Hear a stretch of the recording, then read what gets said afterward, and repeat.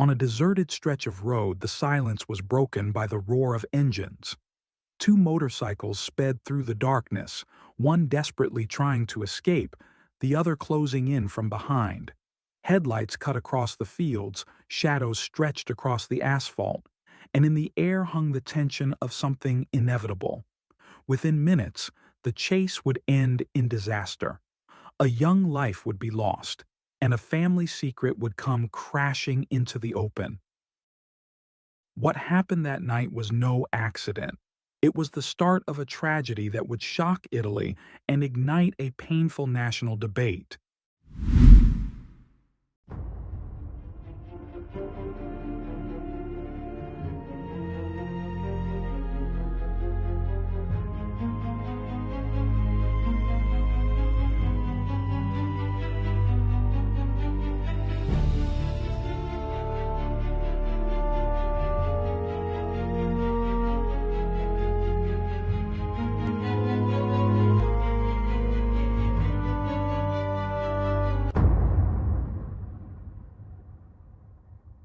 If you're a fan of true crime and criminal investigations, you won't want to miss our new book, The Ultimate Book of Serial Killers: 180 Files of the World's Most Notorious Murderers, now available on Amazon. You can also purchase the PDF version directly from our website for instant download. You'll find the link in the video description and in a pinned comment. Now, let's dive into today's case.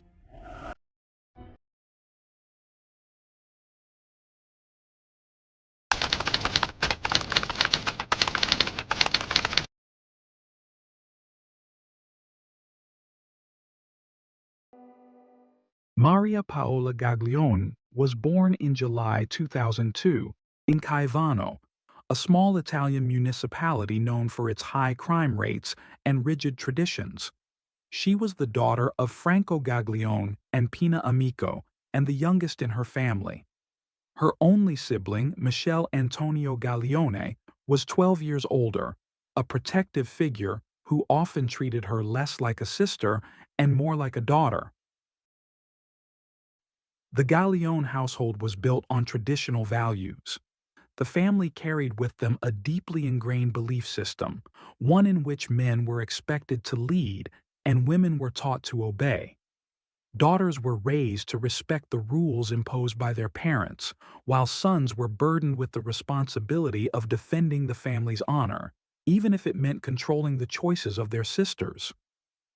Growing up, Maria Paola seemed destined to follow that path. But everything began to change when she reached her teenage years. At 15, she met Ciro Migliore, a young man 4 years older than her. At first, it was a friendship. Slowly, it grew into something more: love.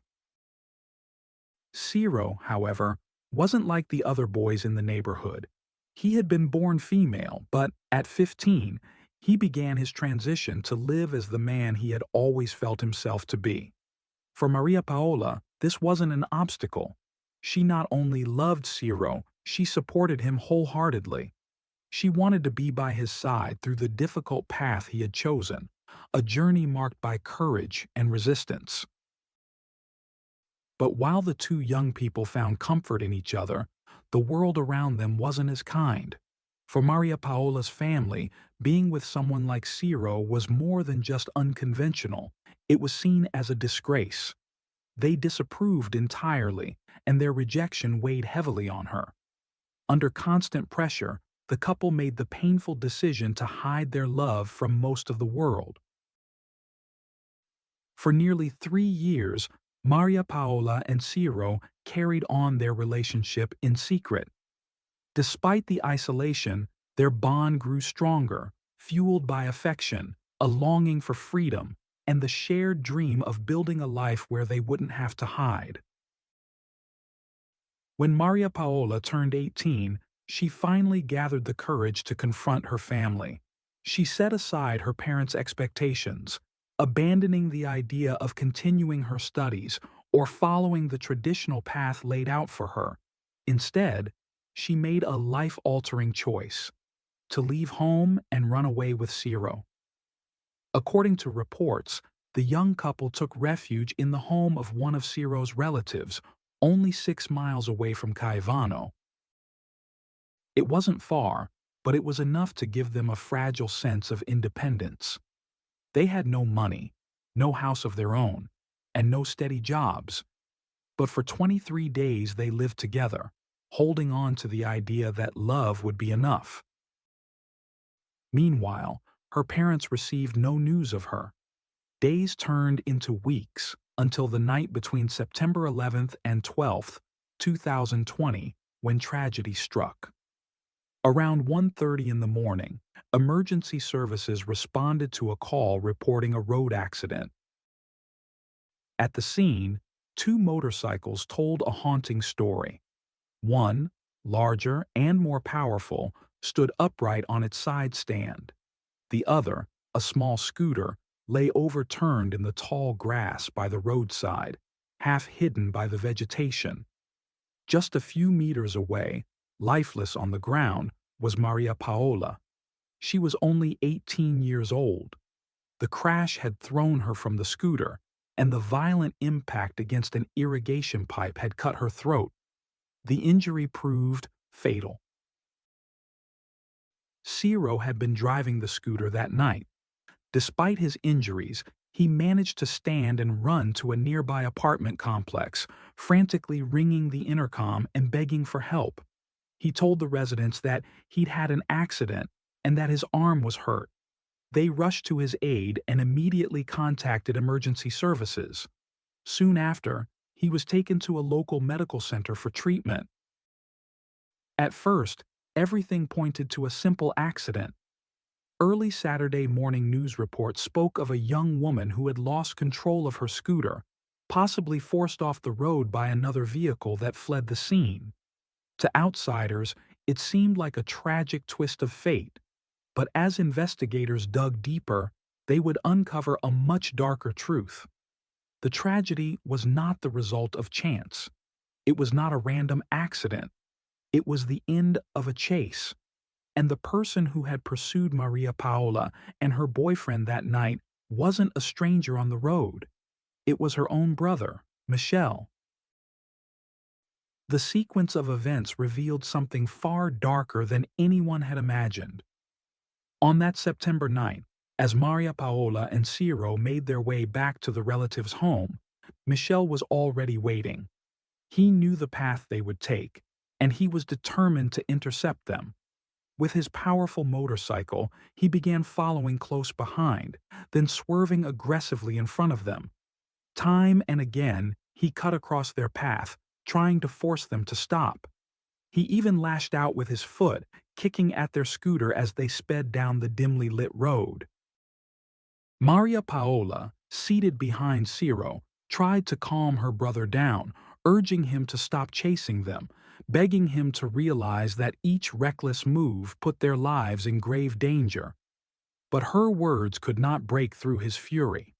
Blinded by anger and convinced he was protecting his family's honor, Michel pressed on. For nearly 16 agonizing minutes, the pursuit dragged on.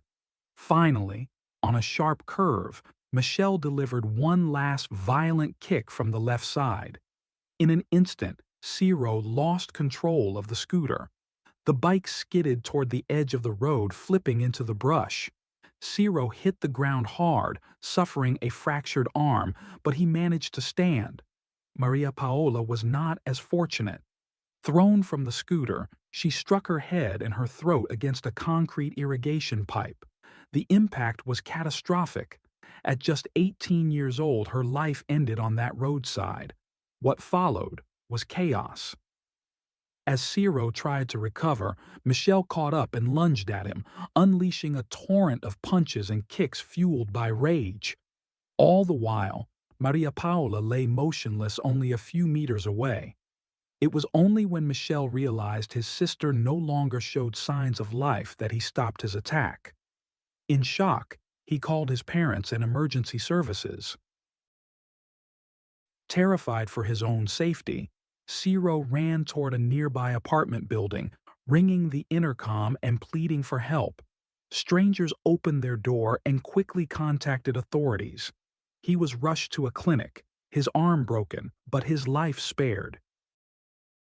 Soon after, the truth could no longer be hidden.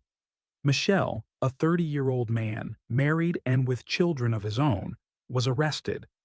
His first words to police were chilling. He admitted he had done something stupid. He confessed that his goal was never to kill his sister, but to punish her, to teach her a lesson for being in love with a transgender man. He insisted that Maria Paola had always been, in his words, normal, and he blamed Ciro for leading her astray, for corrupting her.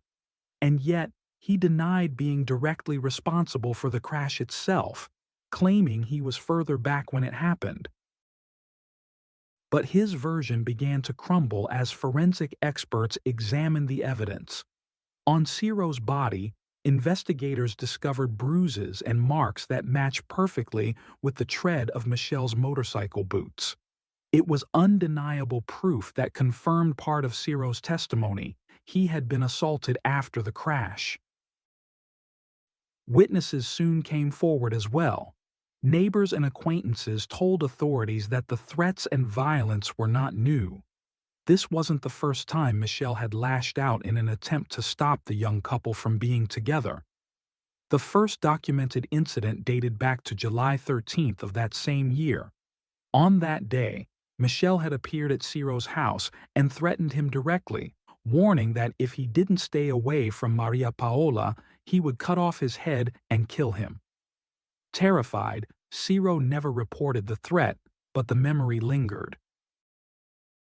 These accounts forced the investigators to dig deeper. Reports suggested that some members of the Gaglione family were connected to criminal networks operating in the region, a detail that cast an even darker shadow over the case. At first, Michel was placed in pretrial detention, accused of personal injury and causing death as a result of another crime. But as the evidence mounted, his legal situation worsened. The charges escalated to manslaughter and aggravated private violence, with the aggravating factor of homophobia. The judge in charge confirmed not only the homicide charge, but also the assault against Ciro, which Michel himself admitted during questioning. Shortly after the incident, Ciro spoke to the press from his hospital bed, still in a wheelchair with his arm fractured. His words were both heartbreaking and defiant. Despite the unbearable loss of Maria Paola, he said that, in some way, they had already won, because they had lived their love freely, if only for a short time. He shared fragments of their relationship, confessing that no matter how much he tried to explain their love to her family, they had never accepted it. To them, he and Maria Paola were just two women, and such a bond was forbidden. He even recalled overhearing the cruel words of some relatives, that they would rather see their daughter dead than in love with someone like him. For Ciro, it was clear Michel had been the strongest opponent of their relationship, the one who refused to understand, the one who could not accept. Meanwhile, Maria Paola's parents chose silence. They avoided speaking directly to the media, turning instead to their local parish priest and their lawyers. From the beginning, they clung to the version that it had all been an accident. In their eyes, their son had merely tried to bring his sister home, not to kill her. They published an open letter in which they explained their decision to remain silent, saying it was their way of mourning her with dignity and love. The Gagliones argued that their disapproval was not about Maria Paola's sexual orientation. According to them, their only concern was that she was with someone they did not consider trustworthy. They pointed to Ciro as a negative influence, a young man, they claimed, involved in trouble, without steady work, living off his wits.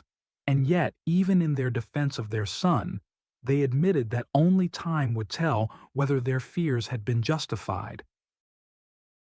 In stark contrast, Ciro's mother spoke out publicly. She was filled with anger and grief. To her there was no doubt. Michel had acted with full awareness of what he was doing, driven by his inability to accept that his sister had fallen in love with a transgender man. Rosa accused the Gallione family of setting a cruel trap for the young couple. In her version, they had pretended to want peace, only to lure the two back into danger. In her grief, she did not hold back. She accused Maria Paola's mother of being the true instigator, claiming that she had threatened both young people and had repeatedly referred to Ciro and Maria Paola in a derogatory way, using female terms to deny Ciro's identity.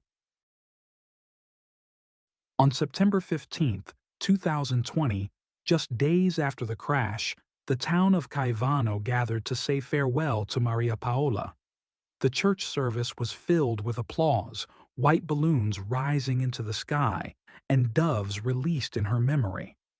Through their lawyer, the Gallione family extended an invitation to the entire LGBTQ community to attend the funeral.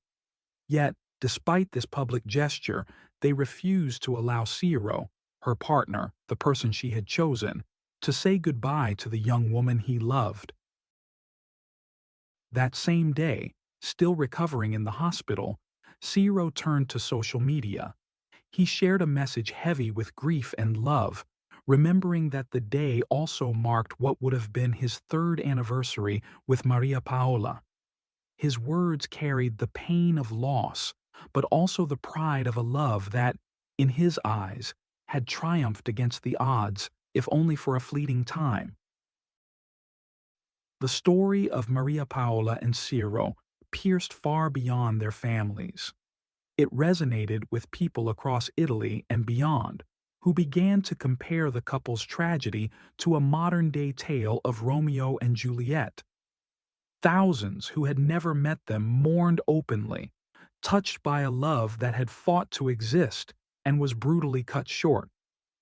On social media, Maria Paola's face became a symbol, a rallying point for many who had suffered in silence.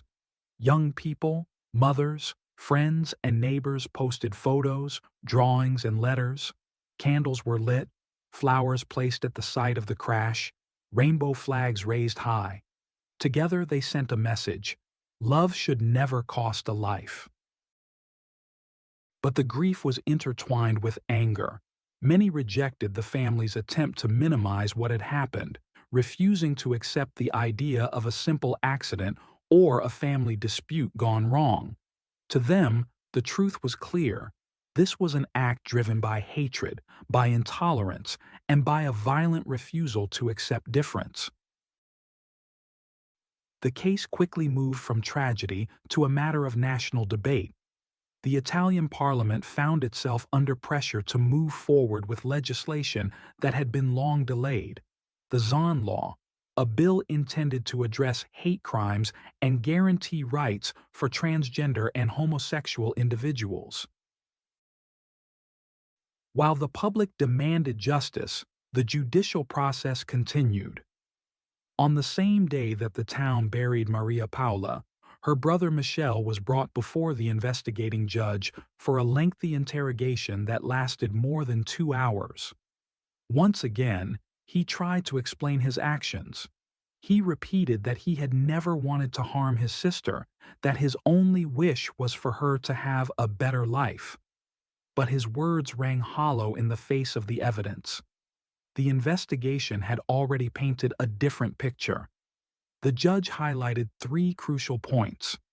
First, Michel admitted that on the night of the tragedy, he had deliberately gone out to follow his sister. Second, he confessed that he tried to stop the scooter by kicking it from the side, a fact supported by both witness testimony and security camera footage that showed the 2 motorcycles racing dangerously close together. And third, after the crash, he physically attacked Ciro with punches and kicks, a clear sign, the judge concluded, of his uncontrollable rage. For the court, these actions could not be dismissed as a mere accident.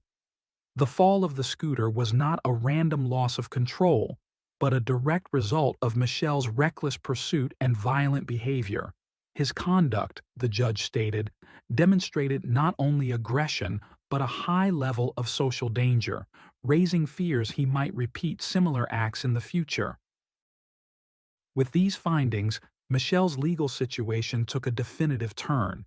His detention was upheld and the charges were formally escalated. He now stood accused of manslaughter, aggravated by motives deemed both futile and rooted in homophobia. What had begun as a supposed accident on a quiet September night was now recognized as something much more sinister, a story of prejudice, control, and rage that left a young woman dead, a young man broken, and an entire community demanding justice. On Thursday, September 17th, just days after the crash, Michel broke his silence from behind bars. From his prison cell, he wrote a letter that quickly spread across Italian media. In it, he confessed that he felt as if a part of his heart had been torn away. The loss of his younger sister, whom he had always regarded almost like a daughter, especially since their father had not been present throughout her upbringing. Michel claimed that he never meant for any of this to happen. He wrote that he could never forgive himself for the tragedy of that night. But within the same pages, he shifted his story once again. This time, he painted Ciro in a darker light, describing him as someone involved with unreliable people and dangerous circles. In February 2021, public perception of Ciro changed dramatically. During a massive anti-drug operation carried out across several regions of Italy, Ciro was arrested alongside 23 others. Authorities accused him of working as a small-scale dealer in a drug trafficking network. The charges went far beyond narcotics. They included drug distribution, weapons-related crimes, theft, arson, and even helping a detainee escape from house arrest. Despite having already embraced his male identity, Ciro was placed in a women's prison. By law, the charges related back to incidents that occurred in 2018, before he had officially begun his gender transition, a decision that sparked further debate in a country already divided on these issues. His defense insisted that these past mistakes had taken place before his transformation, before the relationship with Maria Paola gave his life a new direction. Meanwhile, the legal battle against Michel pressed on. In April 2022, the court granted him house arrest with an electronic bracelet, citing good behavior during his time in prison, a lack of prior convictions, and the belief that he posed little risk of reoffending. At 32 years old, he seemed to have gained a chance at leniency. But the reprieve was short-lived. On May 5th, the trial began. Prosecutors demanded a 22-year sentence, arguing that Michel's actions were deliberate. The killing of Maria Paola and the attempted murder of Ciro. The defense countered, repeating the claim that Michel had no intention of causing harm, only of stopping his sister. At first, the possibility of adding homophobia as an aggravating circumstance was considered. Yet as the trial unfolded, this charge was dropped. The fact that Ciro was now in prison for drug-related crimes seemed to bolster the Galleone family's argument that their opposition to the relationship had been rooted in concerns about his lifestyle, rather than in prejudice against his gender identity. In the end, the judges weighed Michel's lack of prior criminal record and his behavior in custody as mitigating factors. They reclassified the charges, ruling out voluntary homicide. Instead, Michel was found guilty of manslaughter and aggravated assault. The final sentence: 9 years and 6 months in prison. When the verdict was announced, reactions were mixed. For Ciro and those who had supported the couple, the punishment felt like a betrayal, a minimization of the true nature of the crime. Outside the courthouse, his lawyer spoke to reporters, insisting that the real tragedy was not just Maria Paola's death, but the destruction of a love that had managed to defy poverty, family rejection, and social stigma. In his words, love had been the greatest victim of all. Michelle's defense team immediately appealed the decision, but in June 2024, the appeal was rejected. The sentence was confirmed, leaving no room for further doubt about his legal fate. Yet the trial did not bring closure. Instead, it reopened wounds and sparked debates across Italy. For many, the case of Maria Paola and Ciro exposed the raw tensions that still linger in society, the weight of prejudice, the destructive power of intolerance, and the dangers of replacing dialogue with violence. Beyond the legal documents, the headlines, and the conflicting narratives, one truth remained. A young woman's life had been lost, and with her, a love story that had fought against everything but could not survive the brutality of hatred.